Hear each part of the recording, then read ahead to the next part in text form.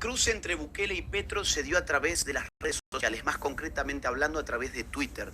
Y todo empezó por una intervención pública que fue filmada de Gustavo Petro atacando gratuitamente a El Salvador. Veamos el video.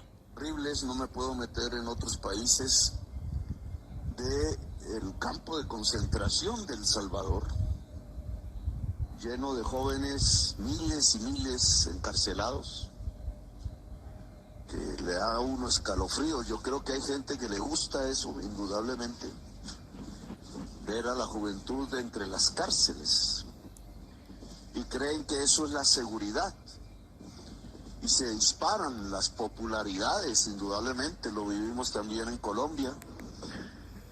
El presidente de El Salvador se siente orgulloso porque redujo la tasa de homicidios a partir, dice él, de un sometimiento de las bandas que hoy andan en esas cárceles, en mi opinión, dantescas. Pues nosotros logramos lo mismo. Claro, la prensa no nos lo va a reconocer en mucho. Nosotros logramos reducir igualmente esa tasa de homicidios, de criminalidad, de violencia, pero no a partir de cárceles, sino de universidades, de colegios, de espacios para el diálogo, de espacios para que la gente pobre dejase de ser pobre. Bueno, ahí está el video de Gustavo Petro, donde el argumento básicamente es: Nayib Bukele hace muy mal en encarcelar a los pandilleros, a los homicidas, a los delincuentes, porque a los homicidas, a los pandilleros, a los delincuentes, al crimen organizado, se lo combate, no sé, por ahí con un ejército de psicólogos, con maestras jardineras, con profesores que vayan a tratar de convencerlos que por favor abandonen el crimen organizado y retomen sus estudios escolares, o que se animen, ¿por qué no?, a ingresar a una universidad. Bueno, esta es la calidad paupérrima de los argumentos de Gustavo Petro, que además se condimentan con la idea que ya vamos a mencionar, que es totalmente una mentira, y vamos a desenmascararlo con números. La idea, insisto, de que ellos en Bogotá pudieron reducir también significativamente los homicidios construyendo escuelas y construyendo universidades. A este video, a esta intervención de Gustavo Petro, le responde Bukele a través de Twitter. Bukele cuelga el video y agrega este texto que lo vamos a leer. Dice: señor Petro Gustavo, los resultados pesan más que la retórica. Deseo que Colombia en realidad logre bajar los índices de homicidios, como lo hemos logrado los salvadoreños. Dios los bendiga. Bueno, esta es la respuesta de Bukele a través de Twitter, que recibe a su vez una respuesta de Gustavo Petro, también a través de la misma plataforma de Twitter. Petro responde lo siguiente: pues Nayib, pasamos de 90 homicidios por cada 100.000 habitantes en 1993 en Bogotá a 13 homicidios por cada 100.000 habitantes en 2022. No hicimos cárceles, sino universidades. Es bueno comparar las experiencias. Te propongo un foro internacional. Bueno, a esto a su vez Bukele va a darle una última respuesta, por lo menos hasta el momento en que yo estoy grabando este video. Esta es la última respuesta de Bukele, que dice: desde 1993, 30 años, puntos suspensivos. ¿Usted gobernó 30 años? ¿Bogotá? ¿No es usted presidente de Colombia? Nuestra experiencia, 2 puntos. De más de 100 homicidios por cada 100.000 habitantes, ahora estamos en cifras de un solo dígito. Y la reducción fue rápida porque los muertos no se recuperan. Claro, lo que está argumentando tiene bastante peso, yo creo, este argumento, es que el periodo de tiempo que está exponiendo Gustavo Petro es muy largo para poder reducir los homicidios. 30 años. ¿Cuántas víctimas inocentes se han llevado en esos 30 años de pura violencia en Colombia? Pero además, más importante que eso, es que Petro no gobernó 30 años. Apenas fue alcalde en un periodo en Bogotá. Entonces, digamos, tiene bastante peso el argumento de Bukele, pero vamos a ver cuáles son los números del Salvador, cuáles son las cifras que encontramos. Miren, efectivamente, acá vamos a poner los gráficos en pantalla. en El Salvador la tasa de homicidios se redujo significativamente, abruptamente. ¿Qué es una tasa de homicidios primero? Una tasa de homicidios es un número que representa la cantidad de homicidios, en este caso por cada 100.000 habitantes.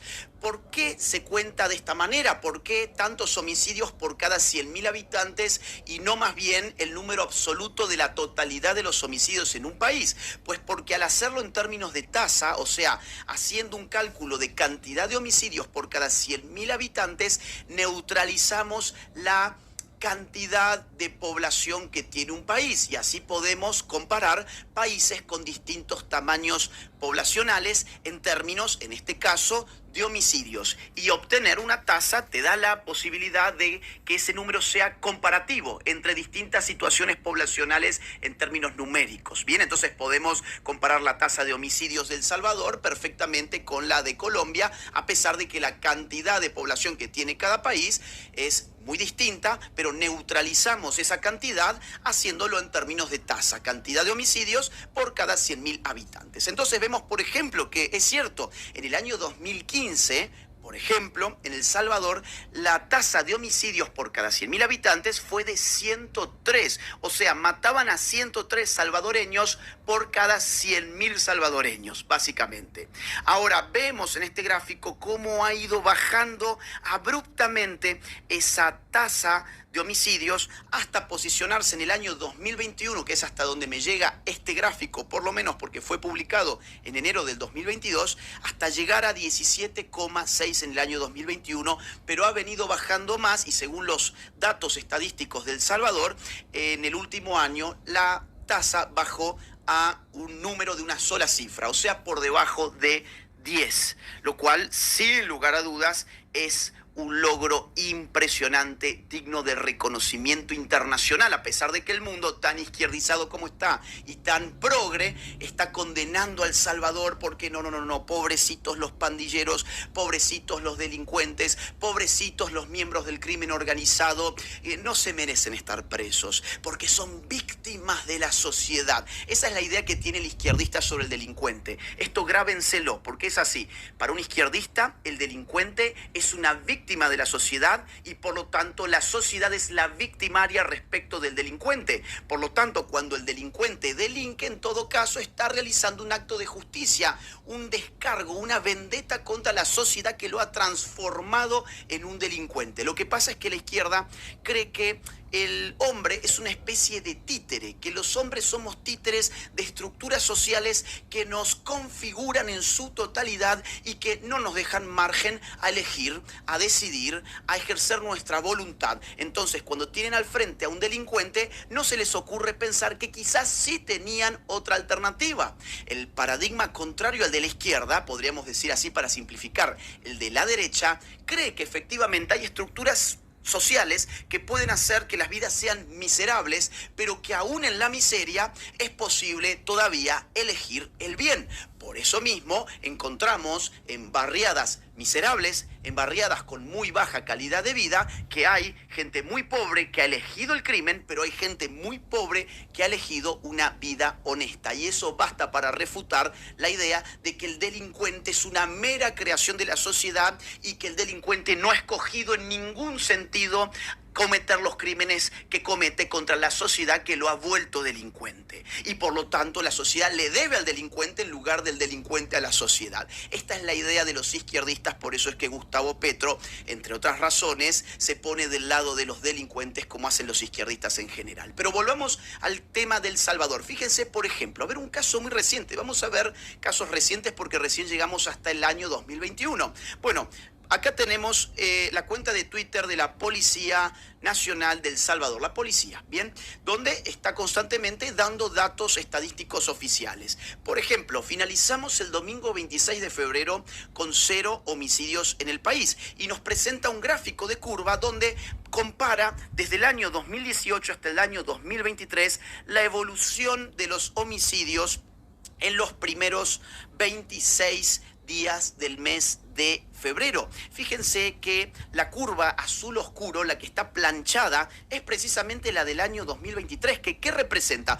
Precisamente eso, que los homicidios están planchados en cero prácticamente, en cero, salvo con un pequeño aumento en el día 19, porque se debe haber producido un homicidio. Ahora comparamos esa línea que está sobre el cero con el resto de los años. Fíjense, el resto de los años, cuando más atrás nos vamos, por ejemplo el verde, que es el año 2018, tenemos una curva altísima. En el día, por ejemplo, 21 de febrero, se cometieron 24 homicidios en El Salvador. En cambio, el día 21 de febrero del año 2023 se cometieron 0 homicidios en El Salvador. Bueno, esto me pareció significativo para entender cómo se está dando esa reducción que es drástica, es significativa, es impresionante.